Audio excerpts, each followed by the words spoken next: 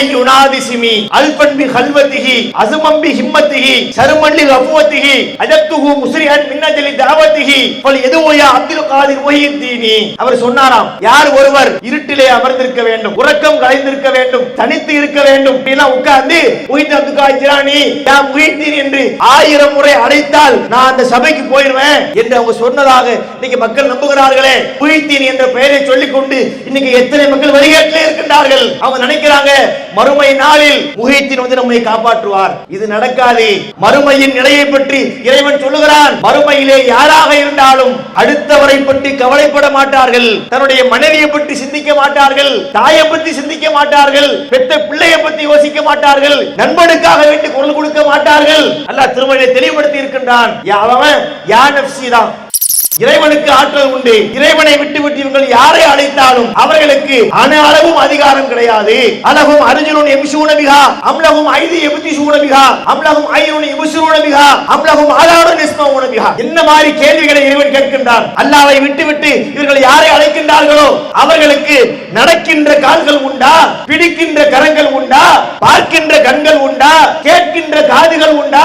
இறைவன் கேட்கின்றான். தர்கால போய் கோரிக்கை வைக்கிறாங்களே, என்னைக்காவது ஒரு ரிப்ளை பண்ணி இருக்கிறாரா? அவுலியாவே, இந்த நாயகமே அந்த நாயகமே என்று அழைக்கின்றார்களே, என்னத்தான் ரிப்ளை வந்திருக்கா? இதை இறைவன் சொல்றான் திருமறை குர்ஆன். அல்லாஹ் கேட்கிறான், இறந்தவர்களுக்கு எந்த ஆற்றலும் இல்லை, நல்லடியார்களாக இருந்தால் அவர்களுக்கு அல்லாஹ் சொர்க்கத்தை கொடுக்கட்டும், நமக்கு எந்த பிரச்சனையும் இல்லை.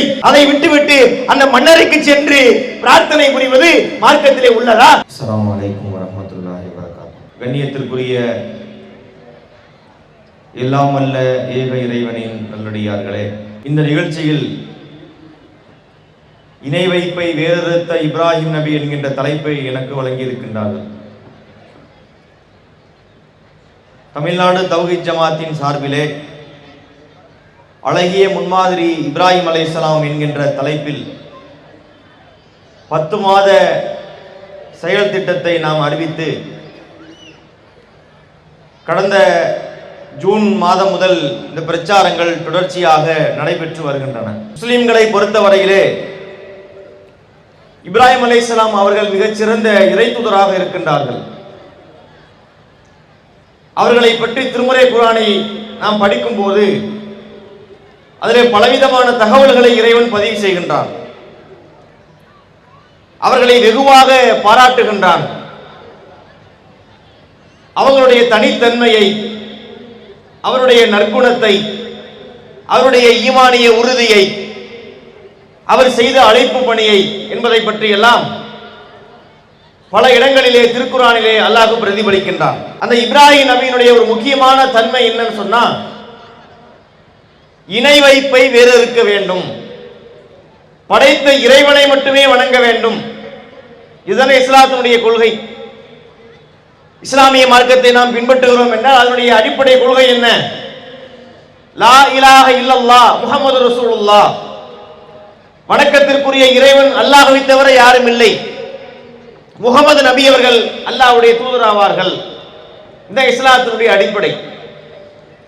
வணக்கத்திற்குரிய இறைவன் யாரும் இல்லை என்றால் ஒரே ஒரு இறைவன் தான் இருக்கின்றான். முஸ்லிம்களை பொறுத்தவரையிலே எல்லா விதமான பணிகளையும் அவன் தான் செய்கின்றான். உலகத்தை படைத்தது, இந்த உலகத்தை இயக்குவது, அண்ட சராசரங்களை நிர்வகிப்பது, வானங்கள் பூமியை ஏற்படுத்தி இருப்பது, எல்லாவற்றையும் இயக்கக்கூடியவன் அந்த ஒரு இறைவன் தான். அந்த இறைவனுக்கு நிகராக, இணையாக, துணையாக வேறு யாரும் இல்லை. இதுதான் இஸ்லாமிய மார்க்கத்தினுடைய அடிப்படையாக இருக்கக்கூடிய ஒரு விஷயம். இந்த கருத்தை மிக உறுதியாக பின்பற்றிய ஒரு இறை தூதர் இப்ராஹிம் அலைஹிஸ்ஸலாம். அவர்கள் செய்த பிரச்சாரத்தின் வாயிலாகவே அதை வெளிப்படுத்துகின்றார்கள். அல்லாஹ்வை வணங்குங்கள் என்று மக்களுக்கு போதித்தார்கள். தன் சமுதாய மக்களிடத்திலே வந்தார்கள். இது காலலி அபிஹி வ கௌமிஹி மா ஹாதிஹி தமாதீல் உள்ளதி அன்தும் லஹா ஆகிபூன். இப்ராஹிம் அலைஹிஸ்ஸலாம் வர்றாங்க. தன்னுடைய தந்தை இடத்திலே, தன் சமுதாய மக்களிடத்திலே கேட்கின்றார்கள். அந்த சமுதாய மக்கள் சில சிலைகளை வழிபட்டுக் கொண்டிருந்தார்கள். கேட்டார்கள், இந்த சிலைகளை நீங்கள் ஏன் வணங்குகிறீர்கள்? அதுக்கு அந்த மக்கள் சொன்னார்கள், காலு வஜத்னா ஆபானா லஹா ஆபிதீன். எங்களுடைய முன்னோர்கள் இவற்றை வணங்க நாங்கள் கண்டோம். எனவேதான் நாங்களும் வணங்குகிறோம். அதை இப்ராஹிம் நபி ஏற்றுக்கொண்டார்களா? லக்கத் குன்தும் வ அன்தும் வ ஆபாவுக்கும் ஃபி லலாலின் முபீன், நீங்களும் உங்களுடைய முன்னோர்களும் அறியாத சமுதாயமாகவே இருந்திருக்கிறீங்க என்று அந்த மக்கள் மத்தியிலே பிரச்சாரத்தை முன்வைத்தார்கள். இன்று ஏகத்துவத்தை உறுதியாக பின்பற்றக்கூடிய நேரத்திலே பல ஊர்களிலே எதிர்ப்புகள் வருவதை நம்ம பார்க்கின்றோம். ஏகத்துவத்தை பின்பற்றினால், தௌஹீத் கருத்துக்களை மக்களுக்கு சொன்னால், ஏகத்துவத்தை முழங்கினால் உடனே ஊர் கூடி விடுவார்கள், ஜமாத்திலே மசூரா செய்வார்கள், இவர்களை ஊரை விட்டு நீக்க வேண்டும், இவர்களோடு அண்ணன் தண்ணி புழங்கக்கூடாது, இவங்களுடைய திருமணத்தை நடத்தி வைக்க கூடாது, இவங்களுடைய ஜனாசாக்களை நம்முடைய கபர்ஸ்தானில் அடக்கம் செய்யக்கூடாது என்கிற ரீதியிலே ஏகத்துவவாதிகளை ஓரங்கட்டக்கூடிய பணியிலே இன்று பல பேர் ஈடுபடுறாங்க இல்லையா? இதை ரிவர்ஸ்ல பண்ணவங்க இப்ராஹிம் அலைஹிஸ்ஸலாம். அதாவது ஏகத்துவத்தை நாம் இன்று ஏற்றிருக்கும் போது நம்மள அவங்க ஒதுக்குறாங்களே, இதை அவங்க உல்டாவா பண்றாங்க. இப்ராஹிம் அலைஹிஸ்ஸலாம், என்னுடைய இறைவனை நீங்கள் ஏற்றுக்கொள்ளாவிட்டால் உங்களை நான் நீக்கிறேன், கஃபர்னா பிக்கும், நாங்கள் உங்களை மறுக்கிறோம், உங்களுக்கும் எங்களுக்கும் இடையிலே பதா பைனனா வ பைனக்குமுல் அதாவத்து வல் பகதாவு அபதன் ஹத்தா தூமினு பில்லாஹி வஹ்தஹு, ஒரு தனித்த அந்த இறைவனை நீங்கள் வணங்கக்கூடிய வரை உங்களுக்கும் எங்களுக்கும் இடையிலே பகைமையும் வெறுப்பும் என்றென்றும் ஏற்பட்டு விட்டது, நாங்க உங்களை புறக்கணிக்கிறோம் என்று சொன்னார்கள். ஏகத்துவத்தை எவ்வளவு உறுதியாக பின்பற்றி ஒரு இறை தூதராக நபி இப்ராஹிம் அலைஹிஸ்ஸலாம் அவர்கள் திகழ்ந்தார்கள் என்பது இதில் நம்ம பெறக்கூடிய கருத்தாக இருக்கின்றது. இறைவனிடத்தில் இருந்து வரக்கூடிய செய்தி என்னவோ அதை அப்படியே பற்றி பிடித்து அதை முழுமையாக பின்பற்றக்கூடிய ஒரு சிறந்த மனிதராக இப்ராஹிம் அலைஹிஸ்ஸலாம் அவர்கள் திகழ்ந்தார்கள். இது கால லஹு ரப்புஹு அஸ்லிம் கால அஸ்லம்து லிரப்பில் ஆலமீன், இப்ராஹிம் நபியினுடைய இறைவன் அவரிடத்திலே கட்டுப்படு என்று சொன்னால் அகிலத்தின் இரட்சகனாகிய அல்லாஹ்வுக்கு கட்டுப்பட்டேன் என்று சொல்லி விடுவார். இப்படிப்பட்ட ஒரு உறுதிப்பாடு உள்ள இறை தூதருடைய வாழ்வில் இருந்து நாம் பாடம் பெற வேண்டும், படிப்பினை பெற வேண்டும் என்பதுதான் இந்த தலைப்பினுடைய முக்கியமான நோக்கமாக இருக்கிறது. இஸ்லாமியர்களை பொறுத்தவரையிலே இன்று அவங்களுடைய சிந்தனை எப்படி இருக்கின்றது, அவங்களுடைய மார்க்க நிலைப்பாடுகளை எப்படி அமைத்திருக்கின்றார்கள், திருமுறை குர்ஆனுடைய கருத்துக்களை உள்வாங்குகின்றார்களா, திருக்குர்ஆனை எடுத்தாவது படிக்கின்றார்களா? இல்லையே. இஸ்லாமிய மார்க்கம் என்று சொல்லக்கூடிய நேரத்தில் அதை எப்படி நம்ம பார்க்க வேண்டும், அதை எப்படி முடிவு செய்ய வேண்டும், உண்மையான இஸ்லாம் என்பது என்ன என்கிற விழிப்புணர்வே இல்லாமல் இருக்கின்றார்கள். இஸ்லாமிய மார்க்கம் என்பது என்ன, இது யாருக்கு சொந்தமான மார்க்கம்? திருமறை குர்ஆன் இதற்கு விடையளிக்கின்றது. அலா லில்லாஹி தீனுல் ஹாலிஸ். முஸ்லிம்கள் கவனத்தில் கொள்ள வேண்டிய ஒரு முக்கியமான வசனம், அறிந்து கொள்ளுங்கள், இந்த தூய தீனுல் இஸ்லாம் அல்லாஹ்விற்கு சொந்தமானது. இந்த மார்க்கத்திற்கு உரிமையாளர் யார் என்றால் படைத்த ரப்புல் ஆலமீன். அந்த இறைவன் நமக்கு எதை சொல்லுகிறானோ அதை பின்பற்றுவதுதான் முஸ்லிம்களுடைய கடமை. இஸ்லாமிய மார்க்கத்தின் சட்டங்களை நாம் முடிவு செய்ய முடியாது, நாம் அதை பற்றி சிந்திக்க முடியாது, நாம் அதை தீர்மானிக்க முடியாது, நமக்கு அந்த அதிகாரம் கிடையாதுங்க. படைத்த இறைவனுக்கு தான் அந்த அதிகாரம் இருக்கின்றது. திருமறை குர்ஆனை படித்து பாருங்கள், இறைவன் சொல்லுகிறான், இத்தபிஉ மா உன்சில இலைக்கும் மிர் ரப்பிக்கும், உங்கள் ரப்பிடத்தில் இருந்து எது உங்களுக்கு அருளப்பட்டதோ அதையே நீங்கள் பின்பற்றுங்கள். நம்ம எதை பின்பற்ற வேண்டுமா? ஹஜ்ரத் சொன்னாரு, முன்னோர்கள் சொன்னார்கள், பெரியவர்கள் சொன்னார்கள், ஹஜ்ரத்துமார்கள் சொன்னார்கள், பெரிய பெரிய உலமாக்கள் சொன்னார்கள், எங்கள் ஊர்ல உள்ள பெரியவர்கள் சொன்னார்கள், எங்களுடைய தலைவர்கள் சொன்னார்கள். எதையுமே கேட்கக்கூடாது. யார் சொன்னதை கேட்க வேண்டும், யார் அருளியதை கேட்க வேண்டும், இறைவன் அருளியதை கேட்க வேண்டும். லா தத்தபியு மின் தூனிஹி அவுலியா கலீலம் மா ததக்கரூன், இறைவன் சொன்னது அல்லாத வேறு யார் சொன்னாலும் நீங்க அதை பின்பற்றாதீர்கள் என்று திருமறை குர்ஆனிலே அல்லாஹ் எச்சரிக்கின்றான். இந்த ஒரு அறிவுரையை முஸ்லிம்கள் உள்வாங்கி இருக்கின்றார்களா? இல்லையே. இஸ்லாமிய மார்க்கம் என்று சொன்னால் யாரு சொன்னாலும் அதை மார்க்கம் என்று நம்புகிறார்கள். இந்த மார்க்கத்தினுடைய ஒரு தனித்தன்மையை பாருங்கள். கடவுள் கொள்கையிலே மிகச் சிறப்பாக பயணிக்கக்கூடிய மார்க்கம் இஸ்லாமிய மார்க்கம். அதுல எந்த விதமான காம்ப்ரமைஸுமே இஸ்லாத்தில் இல்லை. இறைவன் ஒருவன் தான், அவன் எஜமானன், மற்ற அனைவருமே அவனுடைய அடிமைகள். எஜமானனாகவே இருப்பான், அடிமைகள் அடிமைகளாகவே இருப்பார்கள். எந்த அடிமையாலும் எஜமானுடைய இடத்தை பிடிக்க முடியாது. இது இஸ்லாத்தினுடைய அடிப்படையான கோட்பாடு. இதை இன்றைக்கு மக்கள் புரிந்து கொண்டிருக்கின்றார்களா? இஸ்லாம் என்ற பெயரிலே மார்க்கத்தில் இல்லாத பல காரியங்களை அவர்கள் நடைமுறைப்படுத்துகின்றார்கள்.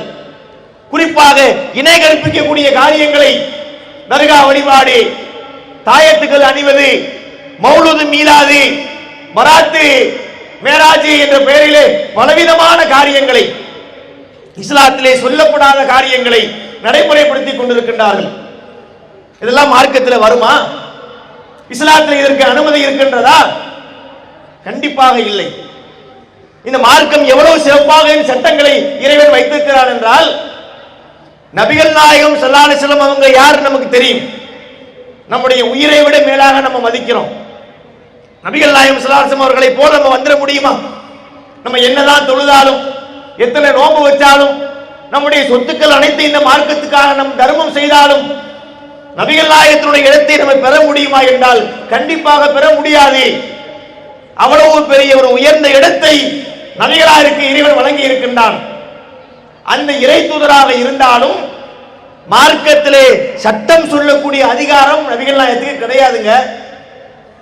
எவ்வளவு அழகான மார்க்கம் என்று பாருங்கள். ரசூலுல்லாஹ்வுடைய வேலை என்ன? அல்லாஹ்விடமிருந்து வரக்கூடிய செய்தியை மக்களுக்கு எடுத்து சொல்வதுதான். அல்லாஹ் ஒவ்வொரு சமுதாயத்துக்கும் தூதரை தேர்வு செய்வான். அந்த தூதருக்கு வேதம் கொடுப்பான், அந்த தூதருக்கு ஞானத்தை வழங்குவான். அந்த செய்தியை மக்களுக்கு, சமுதாயத்துக்கு எடுத்து சொல்வதுதான் நபியினுடைய பணியாக இருந்தது. அதைத்தான் நபிகள் நாயகம் ஸல்லல்லாஹு அலைஹி வஸல்லம் அவர்களும் செய்திருக்கின்றார்கள். இதுல இஸ்லாமிய மார்க்கத்திலே ஒரு சட்டத்தை புதிதாக உண்டாக்கக்கூடிய அதிகாரம் நபிகள் நாயகத்துக்கே வழங்கப்படவில்லை. இதுக்கு என்ன ஆதாரம் என்று கேட்கின்றீர்களா? திருமறை குர்ஆனை படித்து பார்க்கின்றோம். அல்லாஹ் அற்புதமாக சொல்லுகின்றான். முதல்ல இந்த நபிகள் நாயகத்தினுடைய தன்மையை இறைவன் சொல்லுகிறான். வமா யன்திகு அனில் ஹவா இன் ஹுவ இல்லா வஹிய யூஹா. இந்த இறை தூதர் இருக்கிறாரே, இவர் மனோ இச்சையை பேச மாட்டார். எது அவருக்கு வஹியாக அறிவிக்கப்படுகிறதோ அதைத்தான் சொல்லுவார். அல்லாஹ் அவர் உறுதி கொடுக்கிறான். இந்த இறை தூதர் மனோ இச்சை இப்படி பேச மாட்டார், அவரா எதை சொல்ல மாட்டார்.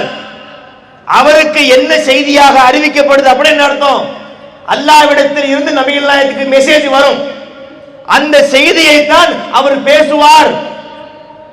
திருமறையிலே இறைவன் சொல்கிறான். இன்னொரு இடத்திலே பார்க்கின்றோம், சூரத்து யூனுஸ் என்ற அத்தியாயத்திலே, அதாவது ரசூலுல்லாஹ்வுடைய காலத்திலே வாழ்ந்த சமுதாய மக்கள், மறுமையை நம்பாத மக்கள் ரசூலுல்லாஹ் பார்த்து என்ன கேட்டாங்க தெரியுமா? யதி பி குர்ஆனின் கைரி ஹாதா. நபியே, எங்களுக்கு இந்த குர்ஆன் வேண்டாம், நாங்க இந்த குர்ஆனை ஏத்துக்க மாட்டோம், நீங்க இதற்கு பதிலாக வேறு குர்ஆனை கொண்டு வாருங்கள். அவ் பத்தில்ஹு, அல்லது அந்த குர்ஆனை கொஞ்சம் சட்டங்களை மாத்துங்க. ஒண்ணு வேற முழு குர்ஆனை கொண்டு வந்துடணும், இந்த குர்ஆனை தூக்கி எறிந்து வேற குர்ஆன் கொண்டு வரணும், இல்லை என்றால் அதிலே சிலவற்றை மாற்றுங்கள் என்று ரசூலுல்லாஹ்விடத்திலே சொல்கின்றார்கள். இவர்களுக்கு பதிலடி கொடுக்க சொல்லி அல்லாஹ் ரசூலுல்லாஹ்வுக்கு சொல்லுகிறான், நபியே நீங்க இந்த மக்களுக்கு சொல்லுங்கள், மா யகூனூலி அன் உபத்திலஹு மின் தில்காய் நஃப்ஸி, இதிலே எதையும் சுயமாக மாற்றக்கூடிய அதிகாரம் எனக்கு கிடையாது. நல்லா கவனிக்கணும். ஒரு அஜரத்தை பத்தி இங்க பேசல, ஒரு ஜமாத்துடைய தலைவரை பத்தி பேசல, ஒரு ஊர் பெரியவரை பத்தி பேசல, ரஹ்மத்துன் லில் ஆலமீன், அகிலத்துக்கு அருட்கொடையாக சொல்லப்பட்ட நபியை பற்றி இறைவன் பேசுகிறான். நீங்க போய் சொல்லிருங்க, குர்ஆனை மாத்த சொல்லி அவன் சொல்றான், எனக்கு இதுல எந்த மாற்றத்தையும் செய்யறதுக்கு அதிகாரம் கிடையாது. இன் அத்தபிஉ இல்லாமா யூஹா இலைய, எனக்கு வஹியாக அறிவிக்கப்பட்டதைத்தான் நானே பின்பற்றுகிறேன் என்று சொல்லுங்கள். நான் நபியாக இருக்கலாம், நபியாக இருந்தாலும் எனக்கு எந்த மெசேஜ் கொடுக்கப்படுகிறதோ அதைத்தான் நான் பின்பற்ற வேண்டும் என்று மக்களுக்கு சொல்லிவிடுங்கள் என்று அல்லாஹ் சொல்லுகின்றான். இந்த வார்த்தையை சிந்தித்து பார்க்க வேண்டாமா? இன்னொரு இடத்திலே இறைவன் சொல்லுகிறான் சூரத்துல் ஹாக்கா என்ற அத்தியாயத்திலே, வலவுத்த கவ்வள அலைனா பாதல் அகாவில், இந்த இறை தூதர் சில கூற்றுக்களை தானாக சொல்லிவிட்டால், பல நூறு சட்டங்களை அல்ல, இஸ்லாத்தினுடைய ஒரு அறவாசி காவாசியே இல்லை. பாதல் அகாவில் என்றால் கொஞ்ச வார்த்தைகள், ஒரு சில சட்டங்கள் இவராக சொல்லிவிட்டால், நம்ம நபி தானே, எவ்வளவு பெரிய சிறந்த தூதர் அல்லாஹ் விட்டுருவானா? அல்லாஹ் எச்சரிக்கக்கூடிய வார்த்தையை பாருங்கள். லா அகர்னா மின்ஹு பில் யமீன், அவரை வலக்கரத்தால் பிடிப்போம். சும்மல கத்தானா மின்ஹுல் வத்தீன், அவருடைய பிடரின் நரம்பை நாம் துண்டித்து விடுவோம். ஒரு தடித்த வார்த்தையை அல்லாஹ் பயன்படுத்துகிறான், ரசூலுல்லாஹ்வுக்கு பயன்படுத்துகிறான். இந்த வசனத்தை வைத்துக் கொண்டு ரசூலுல்லாஹ்வின் மீது அல்லாஹ்வுக்கு சந்தேகம் என்று நினைக்க கூடாது. நபிகளாம் அப்படி செய்ய மாட்டாங்க. பிறகு ஏன் இந்த வசனம் என்றால், இதிலே சமுதாயத்துக்கு ஒரு பாடம் இருக்கிறது. இந்த மக்கள் புரிந்து கொள்ள வேண்டும் இல்லையா? என்னுடைய இறை தூதராக இருந்தாலும் சரி, இஸ்லாமிய மார்க்கத்திலே ஒரு சட்டத்தை ஒருத்தர் கொண்டு வந்தாரு, புதுசா மாத்திட்டாருன்னு சொன்னா நபி என்று பார்க்க மாட்டோம், அவரை வலக்கரத்தால் பிடித்து பிடரின் நரம்பு அறுத்து விட்டுருவோம் என்று இறைவன் எச்சரிக்கிறார். என்றால் வஹி என்பதை எப்படி இறைவன் தன்னிடத்தில் மட்டுமே வைத்திருக்கின்றான்? மார்க்கத்திலே சட்டம் இயற்றக்கூடிய அதிகாரம் வேற எவருக்கும் வழங்கப்படவில்லை. தெல்ல தெளிவாக நமக்கு தெரியுதா இல்லையா? இன்றைய முஸ்லிம்களிடத்திலே இந்த ஒரு மனப்பான்மை இருக்கின்றதா? யாரு சொன்னாலும் மார்க்கம் என்கிறார்கள், சஹாபாக்கள் சொன்னதை மார்க்கம் என்கிறார்கள், இமாம்கள் சொன்னதை மார்க்கம் என்கிறார்கள், அறிஞர்கள் சொன்னதை மார்க்கம் என்கிறார்கள். எல்லா மக்களும் ஒன்று சேர்ந்து இஜ்மா என்று சொல்வார்கள், ஒருமித்த கருத்து, அதையும் மார்க்கம் என்கிறார்கள். அப்ப வகைக்கு என்ன வைத்திருக்குது? அவங்க கூடி மார்க்கத்தை முடிவெடுக்கலாம்னு சொன்னா திருமறை குர்ஆன் எதற்காக அல்லாஹ் வழங்கினான்? அவங்க ஊர் கூடி ஜமாத்து கூடி ஒரு முடிவை எடுப்பதாக இருந்தால் ரசூலுல்லாஹ்வுடைய வாழ்க்கை வழிமுறை எதற்காக? மக்காவிலே 13 ஆண்டு காலம் கஷ்டப்பட்டார்கள், அடிபட்டார்கள், இரத்த கரைக்கு ஆளானார்கள், மதீனாவிற்கு வந்து பசியிலே வாடினார்கள். 23 ஆண்டு கால வாழ்க்கையை இந்த மார்க்கத்துக்காக வேண்டி அர்ப்பணித்து அழகிய கருத்துக்களை கொண்டு வந்து கொடுத்தால் அதை ஓரமா வச்சுட்டு நாங்களா கூடி முடிவெடுப்போம் என்று சொல்லுவதுதான் இஸ்லாமிய மார்க்கமா? சிந்திக்க கடமைப்பட்டிருக்கின்றோம். இஸ்லாமிய மார்க்கம் என்பது அல்லாஹ்விடமிருந்து அருளப்பட்ட ஒன்றுதான். வஹியை மாத்திரம்தான் முஸ்லிம்கள் பின்பற்ற வேண்டும். இதை இஸ்லாமியர்கள் சரியாக பின்பற்றி இருந்தால் நமக்கு மத்தியிலே எந்த பிரச்சனையுமே வந்திருக்காது, வழிகேடுகள் வந்திருக்காது, தர்கா வழிபாடுகள் வந்திருக்காது, ஷிர்கான காரியங்கள் உருவாகி இருக்காது. இன்று பார்க்கின்றோம் எத்தனை விதமான இணை கற்பிப்பு காரியங்களை மக்கள் செய்கின்றார்கள். இறைவன் மற்ற பாவங்களை கூட மன்னிக்கின்றான், தனக்கு இணை கற்பிக்கக்கூடிய பாவத்தை அல்லாஹ் மன்னிக்கவே மாட்டான். இன்னல்லாஹ் லா யக்ஃபிரு அன் யுஷ்ரக பிஹி வ யக்ஃபிரு மா தூன ஸாலிக லிமன் யஷா. திருமறை குர்ஆன் அல்லாஹ் சொல்லுகிறார், தனக்கு இணை கற்பிப்பதை அல்லாஹ் மன்னிக்கவே மாட்டான், ஏனைய பாவங்களை தான் நாடியவருக்கு மன்னிப்பான்.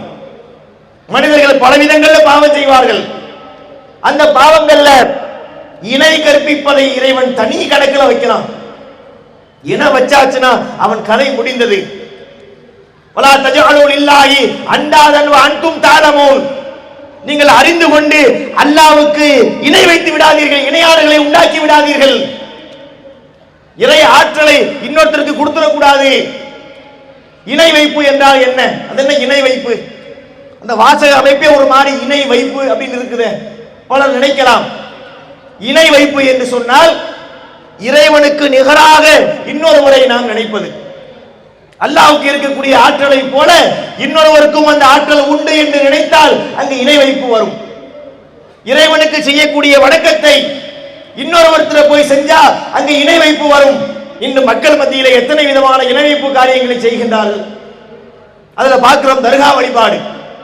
தமிழகத்திலே எத்தனை ஊர்களிலே தர்காக்களை கட்டி வைத்திருக்கிறார்கள். மவுண்ட் ரோட்ல தர்கா கட்டி வைத்திருக்கிறாங்க. சென்னையிலே மவுண்ட் ரோட்ல தர்கா வைத்திருக்கின்றார்கள், ஏர்வாடியிலே வைத்திருக்கின்றார்கள், நாகூர்ல வைத்திருக்கின்றார்கள், முத்துப்பேட்டையிலே வைத்திருக்கின்றார்கள். எத்தனை ஊர்கள்ல முஸ்லிம்கள் பரவலாக அதிகமாக வாழக்கூடிய பகுதியில் கண்டிப்பாக நீங்கள் தர்காக்களை பார்க்கலாம். தர்கா என்பது என்ன? ஒரு காலத்திலே வாழ்ந்து மரணித்த மனிதர்கள் அவங்க நல்ல முஸ்லிம்கள் என்று இவர்கள் சொல்கின்றார்கள். நல்ல முஸ்லிம்களாக இருக்கட்டும், பிரச்சனை இல்லை. ஒருத்தர் நல்லவராக இருந்து மௌத்தாயிட்டாருன்னு சொன்னா அவர் அவுலியான்னு சொல்லி பட்டம் கொடுக்கலாமா? அவர் மன்னரைக்கு போய் நம்ம கோரிக்கை வைக்கலாமா? இறந்ததுக்கு பிறகு அவருக்கு காது கேட்குமா? காது கேட்கும் என்று நினைத்தால் அது இஸ்லாமிய மார்க்கத்துடைய ஒரு அடிப்படையா? சிந்திக்க கடமைப்பட்டிருக்கின்றோம். இறந்தவர்களை போய் அழைத்து விட்டால் அவர்கிட்ட இஸ்லாம் கிடையாது. லா இலாஹ இல்லல்லாஹ்வை விட்டு அவர் வெளியேறி விடுகின்றார். அல்லாஹ்வை விட்டு பிறரை அழைக்கக்கூடிய மனிதர்களை இறைவன் பல இடங்களில் எச்சரிக்கின்றான். அல்லாஹ்வை விட்டு இவர்கள் யாரையெல்லாம் அழைக்கின்றார்களோ லா யம்லிகூன மின் கித்மீர், இறைவனுக்கு ஆற்றல் உண்டு. இறைவனை விட்டு இவர்கள் யாரை அழைத்தாலும் அவர்களுக்கு அணு அளவும் அதிகாரம் கிடையாது. அலகும் அர்ஜுனுன் யம்ஷூன பிஹா அம்லகும் ஐதி யப்திஷூன பிஹா அம்லகும் ஐயுன் யுப்சிரூன பிஹா அம்லகும் ஆதானுன் யஸ்மஊன பிஹா. என்ன மாதிரி கேள்விகளை இறைவன் கேட்கின்றான். அல்லாஹ்வை விட்டு இவர்கள் யாரை அழைக்கின்றார்களோ அவர்களுக்கு நடக்கின்ற கால்கள் உண்டா? பிடிக்கின்ற கரங்கள் உண்டா? பார்க்கின்ற கண்கள் உண்டா? கேட்கின்ற காதுகள் உண்டா? இறைவன் கேட்கின்றான். தர்கால போய் இவங்க கேட்கிறாங்க பாருங்க, தர்கால போய் கோரிக்கை வைக்கிறாங்களே, என்னைக்காவது அவர் ரிப்ளை பண்ணி இருக்கிறாரா? அவுலியாவே, இந்த நாயகமே அந்த நாயகமே என்று அழைக்கின்றார்களே, என்னத்தான் ரிப்ளை வந்திருக்கா? இந்த கேள்வியை நம்ம கேட்டோம்னு வைங்க, குண்டக்க மண்டக்க பேசுறான், உதர்க்கவாதி என்பார்கள். இதை இறைவன் சொல்றான் திருமறை குர்ஆன். அல்லாஹ் கேட்கிறான். இப்படி இறந்தவர்களுக்கு எந்த ஆற்றலும் இல்லை. நல்லடியார்களாக இருந்தால் அவர்களுக்கு அல்லாஹ் சொர்க்கத்தை கொடுக்கட்டும், நமக்கு எந்த பிரச்சனையும் இல்லை. அதை விட்டு அந்த மன்னரைக்கு சென்று பிரார்த்தனை புரிவது மார்க்கத்திலே உள்ளதா? ஒருத்தர் இறந்துட்டாருன்னு சொன்னா அவருடைய நிலை என்ன? இந்த கருத்தை மாத்திரம் வைத்துக் கொண்டு தர்கா வழிபாட்டுக்கு நீங்க ஒரு முற்றுப்புள்ளி வைத்து விடலாம். ஒருத்தர் இறந்து விடுகின்றார்.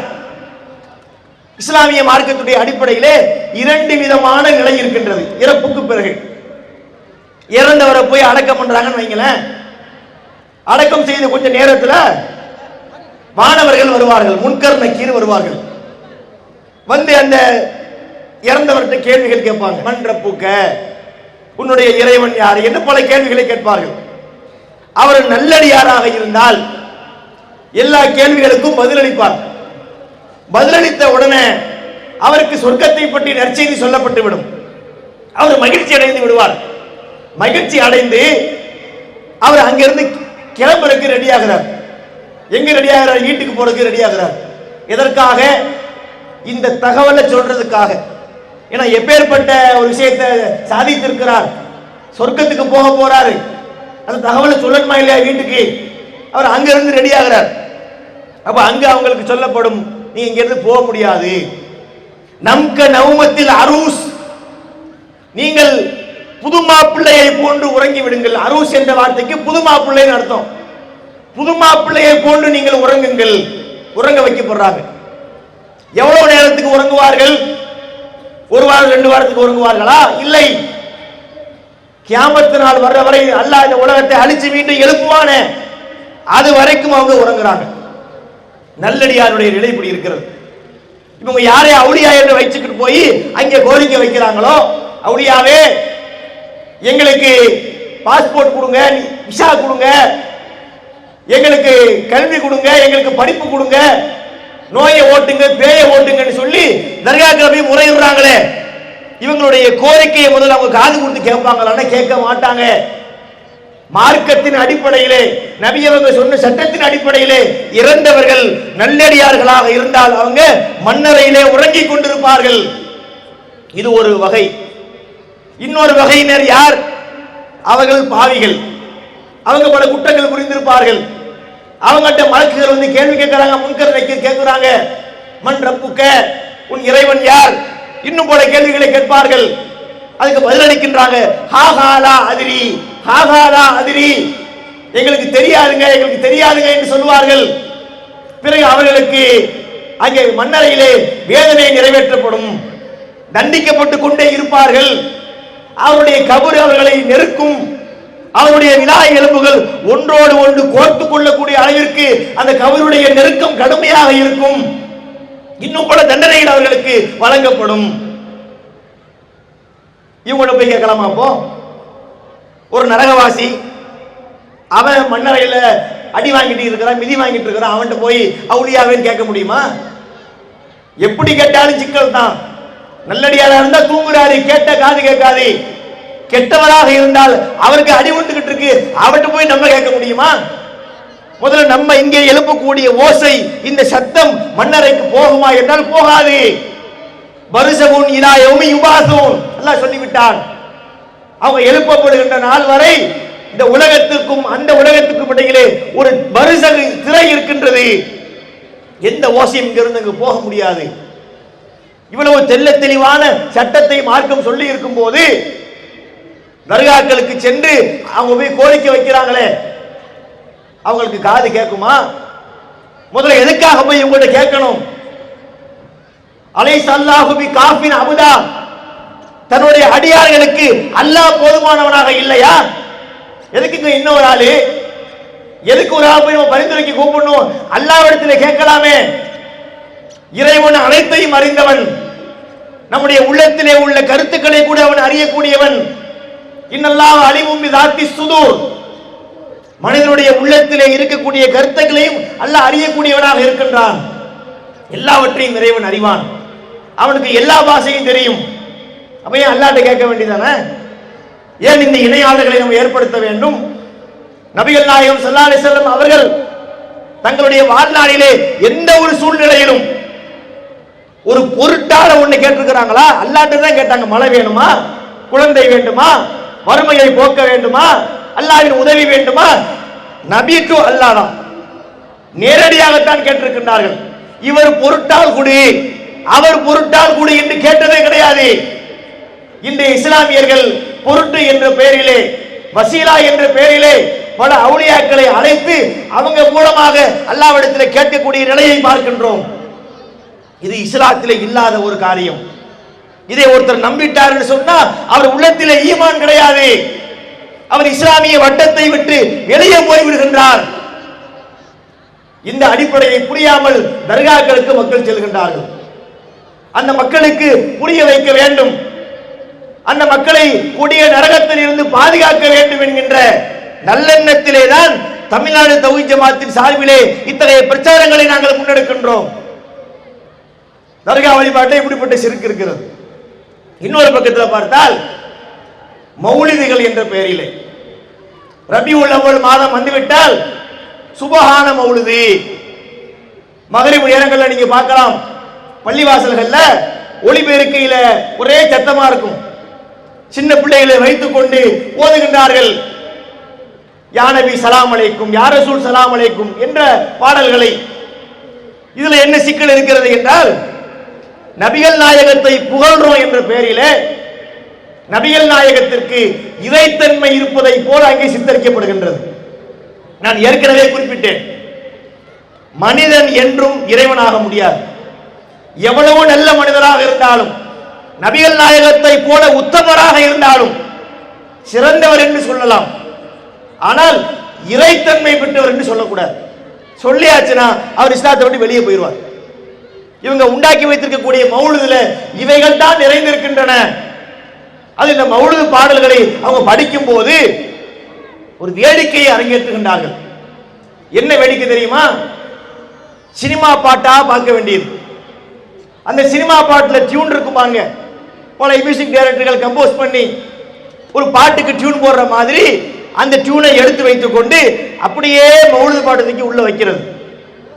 சலாத்துன் சலாமுன் ஹுமா சர்மதா அலல் முஸ்தபா மா யலூஹுன் நஹார். கேட்டிருக்கீங்களா? ரபியுல் அவ்வல் மாசத்துல மகரிப் டயத்துல ஒரு ஊரை நீங்க கிராஸ் பண்ணியிருப்பீங்க. ஒளி பெருக்கையிலே இதை நீங்க கேட்டு இருப்பீர்கள். இந்த மாதிரி சினிமா பாட்டுல படிக்கிறாங்க. எந்த ஊர்லயாவது ஒரு பள்ளிவாசலில் ஒரு அல்ஹம்து சூராவை, ஒரு துணை சூராவை, சூரத்துல் பக்கராவை ஒரு எம்ஜிஆர் பாட்டு மெட்டிலே படித்தால் அந்த ஊர் மக்கள் ஒத்துக்கொள்வார்களா? இமாமை பிடிச்சி கேள்வி கேட்பாங்க. இமாமும் அதை அப்படி ஓத மாட்டார். ஆனா மௌலிது என்று வந்துவிட்டால் மௌலிதுல இவங்க பண்ணக்கூடிய சேட்டை, ஏகபோக சேட்டைகளை நீங்க பார்க்கலாம். எல்லாமே அதில் சொல்லுவாங்க. இந்த மௌலிது ஓதக்கூடிய நேரத்தில் ஓத போகக்கூடிய மதரசா மாணவர்கள் இருக்கிறாங்கல்ல, அவங்கள எம்ஜிஆர் ரசிகர்கள் இருப்பாங்களாம், அவங்கள சிவாஜி ரசிகர்கள் இருப்பாங்களாம். இவங்க எப்படி மௌலிது ஓதுவாங்க? ரெண்டு டீமா இருக்கு. ஒரு டீம் என்ன செய்யும், எம்ஜிஆர் பாட்டுல இருந்து டியூன் கொடுத்து ஓதும். வமரிலன் அந்த ஆயிதுஹு கது அதஹுல்லாஹு பில் ஃபரஜி ஃபஸமன் கது குந்த பிகியதஹு வஸமாயி அர்ஃபஇ தரஜி வஸமாயி அர்ஃபஇ தரஜி பணி இல்லாத மார்கழியா என்பது எம்ஜிஆர் பாட்டு. இதை எடுத்து படிக்க வேண்டியது. உடனே சிவாஜி ரசிகர்களுக்கு கோபம் வந்துடும். அப்ப எங்க ஹீரோ இருக்கிறாரு, நாங்க என்ன சொம்பையா? இப்ப நாங்க படிக்கிற மாதிரி மௌலாய சல்லி வஸல்லிம் தாயிமன் அபதா அலா ஹபீபிக கைரில் ஹல்கி குல்லிஹிமி அமின் ததகுருஜி ரானிம் பிதி சலமி மசஜ்ததம் அன்ஜாரா பிமுக்லாத்தின் பிதமி பிதமி பிதமி பிதமி. அல்லது என்ன என்னன்னு வரும் சிவாஜி பாட்டு. இப்படி ஒரு எம்ஜிஆர் பாட்டு, ஒரு சிவாஜி பாட்டு. இது அன்னைக்குள்ள அலின்சாக்கள் படிச்சது. இன்னைக்கு என்ன படிப்பார்கள், ஒரு அஜித் பாட்டு, ஒரு விஜய் பாட்டு. இது மார்க்கமா கேலி கூத்தா நீங்கள் சொல்லுங்கள். இப்படி ஒரு விஷயத்தை வணக்கம் என்ற பெயரிலே ஊரை கூட்டி உட்கார வைத்துக் கொண்டு தொப்பியை போட்டுக்கொண்டு அதை வணக்கம் என்று நினைத்துக் கொண்டு சினிமா பாட்டை எடுத்து மெட்டெடுத்து படிக்கின்றார்களே, இது இஸ்லாமிய மார்க்கத்திலே உள்ளதா? இல்லை. இதுல நிறைய கேலி கூத்துகள் நீங்க பார்க்கலாம். இதுல இன்னொன்று என்ன பார்க்கின்றோம், அந்த மௌலிதிலே அவங்க படிக்கக்கூடிய வார்த்தைகள் இருக்கிறதே அபத்தமான வார்த்தைகள். நான் ஏற்கனவே சொன்னேனே, நபிகள் நாயகத்துக்கு இறைத்தன்மை உள்ளதாக சித்தரிக்கப்படுகின்றது. அந்த கஃபாருல் ஹதாயா, எங்களுடைய பாவத்தை மன்னிப்பவரே. யாரை பார்த்து? அல்லாஹ்வை பார்த்து அல்ல. அல்லாஹ்வை பார்த்து சொன்ன பிரச்சனை இல்லை, நபியை பார்த்து பாவத்தை மன்னிக்கிறவரே. பாவத்தை மன்னிக்கிறது நபிகள் நாயகமா? யாமன்த மாதா வஜ்தரம் துபு ஆய்தரிஃபு வர்ஜுல் கரம் வல்துபி மன் அஹ்லல் ஹரம் நூறுகு அம்மல் பிலாத். சுபான மௌலிதில் படிக்கின்றார்கள், குற்றம் செய்தவனே நீ பாவ மன்னிப்பு தேடி, உன்னுடைய குற்றத்தை ஒப்புக்கொள். இந்த நபிட்ட நீ பாவ மன்னிப்பு தேடி, அவர் உங்க பாவத்தை மன்னிப்பாரு. அவருடைய ஒளி உலகெங்கும் வியாபித்திருக்கிறது. இருக்குங்க சுபான மௌலிதில், அஸ்ஸலாமு அலைக்க யா முபரி சகாமி, நோயை நீக்கிறவரே உங்களுக்கு சலாம் உண்டாகட்டும். நோயை நீக்கிறது நபியினுடைய அதிகாரமா? அதிபுல் பஸர் ரப்பன்னாஸ் வஷ்பி அன்த ஷாஃபி லா ஷிஃபா இல்லா ஷிஃபாவுக ஷிஃபா லா யுகாதிரு சகமா. நபிகள் சொல்லி கொடுத்தாங்க, ஒரு நோயாளியை நம்ம பார்க்க போறோம், அங்கே நாம் அவருக்காக செய்ய வேண்டிய பிரார்த்தனை என்ன? இறைவா நீ இவருக்கு குணமளி, நீதான் குணமளிப்பவன், உன்னை தவிர குணமளிப்பவன் யாரும் இல்லை. இந்த வார்த்தைகளை எப்படி அழகா கையாளுறாங்க பாருங்க. இறைவா நீ குணமளி, நீதான் குணமளிக்கிறவன். அந்த அடுத்த வார்த்தை அதை விட வெயிட்டா இருக்கு. லா ஷிஃபா இல்லா ஷிஃபாவுக்க, உன்னை தவிர யாராலும் நிவாரணம் கொடுக்க முடியாது. இது உச்சபட்ச வார்த்தை. இப்படி சொன்ன ரசூலுல்லாஹ்வை பார்த்து நோயை நீக்கிறவரே என்று படிக்கின்றார்களே, இதுதானங்க ஷிர்க்குன்னு நம்ம சொல்றோம். லா துத்ரூனி கமா அத்தரத்தின் நசாரா, நசாராக்கள் எப்படி தங்களுடைய நபியை இறைத்தன்மை பெற்றவராக கொண்டு போயிட்டாங்களோ அந்த மாதிரி நீங்கள் என்னை ஆக்கி விடாதீர்கள். ஆனா அபுதுஹு, நான் அல்லாஹ்வின் அடிமையாவேன். கூலு அப்துல்லாஹி வ ரசூலுஹு, எனவே என்னை அல்லாஹ்வின் அடிமை என்றும் அல்லாஹ்வின் தூதர் என்றும் சொல்லுங்கள். முதல்ல அடிமை, அப்புறம் தான் தூதர். நபிகள் நாயகம் ஸல்லல்லாஹு அலைஹி வஸல்லம் அவங்க 40 வயசில் நபியானாங்க. பிறக்கும் போதே அடிமையா தான் பிறந்தாங்க. மரணிக்கும் போது நபியாக இருந்தாலும் அடிமையாகத்தான் மரணித்தார்கள். இஸ்லாம் சொல்லக்கூடிய தெளிவான கருத்து இது. இந்த கருத்துக்கு மாற்றமாக சுப்ஹான மௌலிது என்ற பெயரிலே நபிகள் நாயகத்துக்கு இறைத்தன்மை இருப்பது போல சித்தரிக்கின்றார்களே, இதுதானங்க ஷிர்க்குன்னு நம்ம சொல்றோம். இதனை இணை வைப்பு. இதை ஒருத்தன் நம்பிட்டான்னா அவன் உள்ளத்துல ஈமான் இருக்காது, இஸ்லாத்தை விட்டு அவன் வெளியே போய்விடுவானே. மக்கள் சிந்திக்க வேண்டும். ரபியுல் அவளை இந்த கூத்து நடக்குதா? அடுத்த மாதம் பிறக்கும் ரபியுல் ஆகிர் மாதம். இந்த ரபியுல் ஆகிர் மாதத்துல முஹீத்தீன் மௌலிது ஒன்று ஓதுவாங்க. இந்த முஹீத்தீன் மௌலிது இருக்கு தெரியுமா? இந்த முஹீத்தீன் மௌலிது என்பது அதை விட பெரிய வழிகேடு. இதுல என்ன இருக்குன்னு பார்த்தா முஹைத்தீன் அப்துல் காதர் ஜீலானி அவருக்கு என்று பல சிறப்புகள் இருக்கிறது. அவர் நம்ம கூட்டா வருவாருங்கிறாங்க. வமை யுனாதிசிமி அல்பன்பி ஹல்வத்திஹி அசுமம்பி ஹிம்மத்திஹி சருமல்லி அஃபுவத்திஹி அஜப்துஹு முஸ்ரிஹன் மின்னஜலி தாவத்திஹி ஃபல் யதுயா அப்துல் காதிர் முஹித்தீனி. அவர் சொன்னாராம், யார் ஒருவர் 1000 முறை என் பெயரை சொல்லி அழைப்பாரோ, இருட்டிலே அமர்ந்திருக்க வேண்டும், உறக்கம் கலைந்திருக்க வேண்டும், தனித்து இருக்க வேண்டும், இப்படி எல்லாம் உட்கார்ந்து முஹித்தீன் அப்துல் காதிர் ஜீலானி யா முஹித்தீன் என்று யார் அழைப்பாரோ 1000 முறை அழைத்தால் நான் அந்த சபைக்கு போயிடுவேன், அங்கே போய் கேள்விக்கு நான் பதிலளிப்பேன் என்று அவங்க சொன்னதாக இன்னைக்கு மக்கள் நம்புகிறார்களே. முஹித்தீன் என்ற பெயரை சொல்லிக் கொண்டு இன்னைக்கு எத்தனை மக்கள் வழிகாட்டிலே இருக்கின்றார்கள். அவங்க நினைக்கிறாங்க மறுமை நாளில் முஹித்தீன் வந்து நம்மை காப்பாற்றுவார், நமக்கு யாரு வந்தாலும் வராவிட்டாலும் அல்லாஹ்வுக்கு முன்னாடி கைகட்டி நிற்போம். அப்ப யார் வருவா? முஹித்தீன் வருவாரு, நம்ம கையை பிடிச்சு கொண்டு போவாரு, காப்பாற்றுவார் என்று நினைக்கின்றார்கள். இது நடக்காது. ஏன் தெரியுமா? மறுமையின் நிலையை பற்றி இறைவன் சொல்லுகிறான், மறுமையிலே யாராக இருந்தாலும் அடுத்தவரை பற்றி கவலைப்பட மாட்டார்கள், தன்னுடைய மனைவியை பற்றி சிந்திக்க மாட்டார்கள், தாயை பற்றி சிந்திக்க மாட்டார்கள், பெற்ற பிள்ளையை பற்றி யோசிக்க மாட்டார்கள், நண்பனுக்காக வேண்டி குரல் கொடுக்க மாட்டார்கள். இதுக்கெல்லாம் ஏராளமான திருமறை வசனங்கள் இருக்கிறது. அல்லாஹ் திருமறையை தெளிவுபடுத்தி இருக்கின்றான். அவன் யா நஃப்ஸி தான், என் நிலை என்ன, நம்ம எப்படி தப்பிக்கிறது, நம்ம எப்படி சொர்க்கத்துக்கு போறது என்கிற நிலையில தான் மக்கள் இருப்பார்கள். யாரும் யாருக்காக வேண்டி குரல் கொடுக்க முடியாது. இவங்க நினைக்கிறாங்களே முஹித்தீன் வருவார்னு, அவர் நம்மளை கூட்டு போறது இருக்கட்டும், அவரால் அவர் மனைவியை கையை பிடிச்சு கூட சொர்க்கத்துக்கு கூட்டு போக முடியாது. இது மார்க்கம் சொல்லக்கூடிய தீர்ப்பு. எந்த மனிதரும் யாருக்காக உதவ முடியாது. இந்த மக்கள் நினைக்கின்றார்கள். இவரை புகழ்ந்து படிக்கிறோம் என்ற பெயர்ல தான் ரபியுல் ஆகிர் மாதத்திலே முஹித்தீன் எழுத படிக்கிறாங்க. இதுல ஒரு விஷயத்தை தெளிவுபடுத்த வேண்டியிருக்கிறது.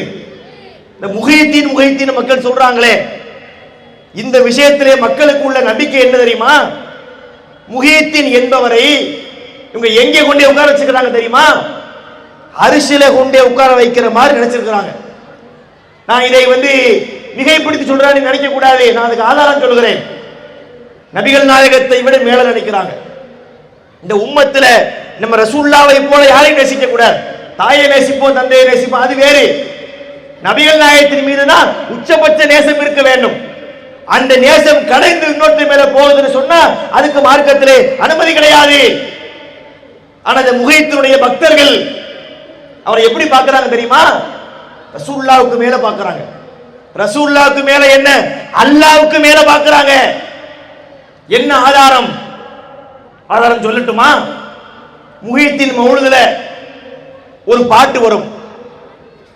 ராபி ஃபஜின் சகீமா மின் குபூதிஹா அய்யுகீமா லம்மா கதா முஸ்தகீமா நாதாஹு அய்யகீவாமி இன்னி லதீனுர் ரஷாதி அய்யைதனி கையுனாதி லக்கும் பிஹி குல்லு நாதி யா முஹித்தீனி ஹாமி. இப்படி ஒரு பாட்டு உண்டு, முஹித்தீன் மௌலிதுல உண்டு. என்ன அர்த்தம் தெரியுமா?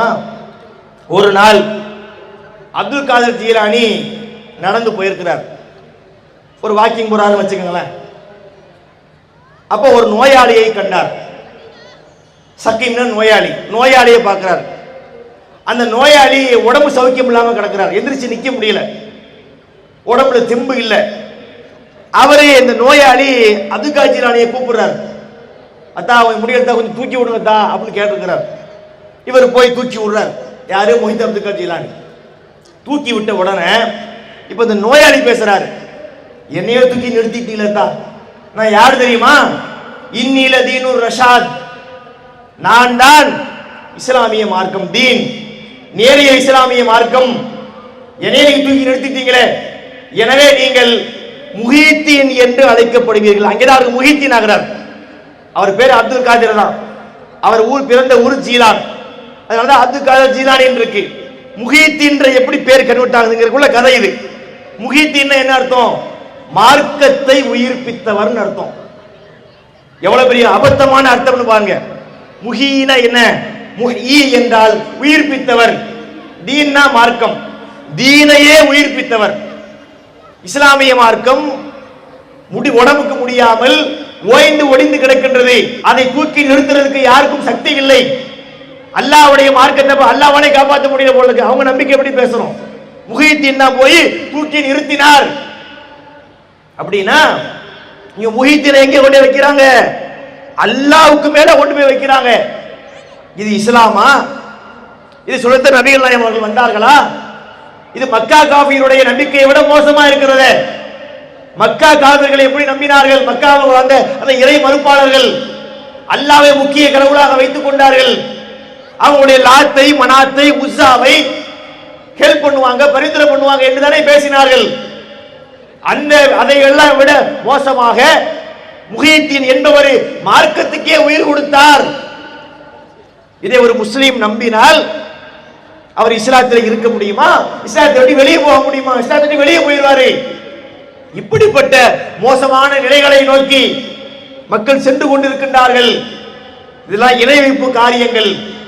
அந்த மக்களை மீட்டெடுக்க வேண்டிய ஒரு பொறுப்பு நமக்கு இருக்கிறது. அதன் வெளிப்பாடாகத்தான் இது மாதிரி பிரச்சாரங்களை நாம் அமைத்துக் கொண்டிருக்கின்றோம். இணை கற்பித்தல் என்பது மோசமான பாவம். அல்லாஹ் சொல்கிறான், நபியே நீ அல்லாஹ்வுக்கு இணை கற்பித்தால் உன்னுடைய எல்லா நல்லறங்களும் அழிந்து போய்விடும். யார் அல்லாஹ்விற்கு இணை கற்பிக்கின்றாரோ ஹர்ரமல்லாஹு அலைஹில் ஜன்னah, அவருக்கு சொர்க்கத்தை அல்லாஹ் ஹராமாக்கி விடுகின்றான். இப்படிப்பட்ட எச்சரிக்கைகளை திருமறை குர்ஆன்ல பார்க்கின்றோம். லுக்மான் என்கின்ற ஒரு நல்லடியார் தன் மகனுக்கு அறிவுரை சொல்கின்றார். யா புனைய லா துஷ்ரிக் பில்லாஹ் இன்ன ஷிர்க லظுல்முன் அலீம். என் அருமை மகனே, நீ அல்லாஹ்வுக்கு இணை வைத்து விடாதே. இணை வைத்தல் என்பது மிகப்பெரிய அநியாயமாகும். நாம் கவனத்திலே கொள்ள வேண்டும். எந்த சூழ்நிலையிலும் இறைவனுக்கு இணை கற்பிக்கக்கூடிய நிலைக்கு நாம் சென்றுவிடக் கூடாது. படைத்த இறைவனை, அவனை தனித்தவனை நாம் வணங்க வேண்டும். அந்த இறைத்தன்மையை இன்னொருவருக்கு இருப்பதாக நாம் நினைத்து விட்டால் நாம் இஸ்லாத்தை விட்டு வெளியேறி விடுகின்றோம். தர்காவுக்கு போய்விட்டால், மௌலிது ஓதிவிட்டால், மார்க்கத்திலே தடுக்கப்பட்ட காரியங்களை செய்துவிட்டால் நிரந்தர நரகத்திலே போய் மாட்டக்கூடிய ஒரு சூழ்நிலை நமக்கு இருக்கின்றது. அல்லாஹ் நம்மை காப்பாற்ற வேண்டும் என்று பார்க்கின்றோம். பலருடைய நிலை எப்படி இருக்கின்றது? அவங்க சிந்திக்கிறதே கிடையாது. எல்லாம் எங்க பெரியவங்க சொல்றாங்க, தலைவர்கள் சொன்னார்கள், பெரியார்கள் சொன்னார்கள். அல்லாஹ் இதை ஏற்றுக்கொள்வானா? திருமறையில இறைவன் சொல்லுகிறான், யௌம துகல்லபு உஜூஹுகும் பின்னார். சில முகங்களை அல்லாஹ் நரகத்திலே புரட்டுகிறான். அப்போ அந்த மக்கள் புலம்புவார்கள், யாரைத்தனா அத்தான் அல்லாஹ் வ அத்தான ரசூலா. அல்லாஹ்வுக்கு கட்டுப்பட்டிருக்கலாமே, அல்லாஹ்வுடைய தூதருக்கு கட்டுப்பட்டிருக்கலாமே. ரப்பனா இன்னா அத்தானா சாதத்தனா குப்ரானா அலல்லுன சபீலா. நம்முடைய தலைவர்களுக்கு, பெரியார்களுக்கு நாம் கட்டுப்பட்டோம், நம்மளை வழிகெடுத்து விட்டார்களே. மறுமை நாளில் மனிதனின் புலம்பலை அல்லாஹ் நமக்கு சொல்றான். இந்த நிலைக்கு நம்ம போக வேண்டுமா? இந்த நிலையை பயந்து இன்றே நம்மை மாற்றிக்கொள்ள வேண்டுமா? சிந்திக்க கடமைப்பட்டிருக்கிறோம். அந்த மக்கள் இன்னும் புலம்புவார்கள், இறைவா எங்களை வழிகெடுத்து விட்டார்கள். ரப்பனா ஆத்திஹிம் லஃபை மினல் அஸாப் லன்ஹும் லானன் கபீரா. இவர்களுக்கு, எங்களை வழிகெடுத்த இந்த தலைவர்களுக்கு, இந்த பெரியார்களுக்கு நீ 2 மடங்கு வேதனையை கொடு, அவர்களை சபித்து நாசமாக்கு. அல்லாஹ்விடத்திலே முறையிடுவார்கள் என்று திருமறை குர்ஆன்ல அல்லாஹ் தெளிவுபடுத்தி இருக்கின்றான். எனவே நமது மார்க்கத்தை நாம் தான் முடிவு செய்ய வேண்டும். அவர் சொன்னார், இவர் சொன்னார், அதெல்லாம் மார்க்கம் அல்ல. அல்லாஹ் சொன்னால் மார்க்கம், அல்லாஹ்வுடைய தூதர் சொன்னால் மார்க்கம், திருமறை குர்ஆனிலே சொல்லப்பட்டால் மார்க்கம், நபிகள் நாயகத்துடைய வாழ்க்கை வழிமுறை என்றால் அது மார்க்கம். இந்த இரண்டையும் தாண்டி அவர் எவ்வளவு பெரிய நல்லடியாராக இருந்தாலும், சஹாபியாக இருந்தாலும், அவர் சொல்லுவது மார்க்கம் அல்ல. அல்லாஹ் சொன்னது போல இத்தபிஉ மா உன்சில இலைக்கும் மிர் ரப்பிக்கும், உங்கள் ரப்பிடத்தில் இருந்து அருளப்பட்டதையே பின்பற்றுங்கள் என்று சொல்கின்றானே, அந்த செய்தியை உறுதியாக பற்றி பிடித்து அல்லாஹ்வுடைய வேதத்தை, நபியினுடைய போதத்தை சரியாக பின்பற்றி மறுமையிலே வெற்றி பெறக்கூடிய நன்மக்களாக நம்ம மாற வேண்டும். கற்பிக்கக்கூடிய காரியங்களை வெறுத்து ஒதுக்க வேண்டும். பிற மக்களுக்கும் அதை எடுத்து சொல்லி அவர்களை நேர்வழிப்படுத்த நம்ம முயற்சிக்க வேண்டும் என்று கூறிக்கொண்டு என்னுடைய இந்த உரையை முடித்துக் கொள்கின்றேன். அஸ்ஸலாமு அலைக்கும் வரஹ்மத்துல்லாஹி வபரகாத்துஹு. இஸ்லாம் மற்றும் சமுதாய செய்திகளை அறிந்து கொள்ள தமிழ்நாடு தௌஹீத் ஜமாஅத் யூடியூப் பக்கத்தை உடனடியாக சப்ஸ்கிரைப் செய்து கொள்ளுங்கள். மேலும் பெல் பட்டனையும் கிளிக் செய்து கொள்ளுங்கள்.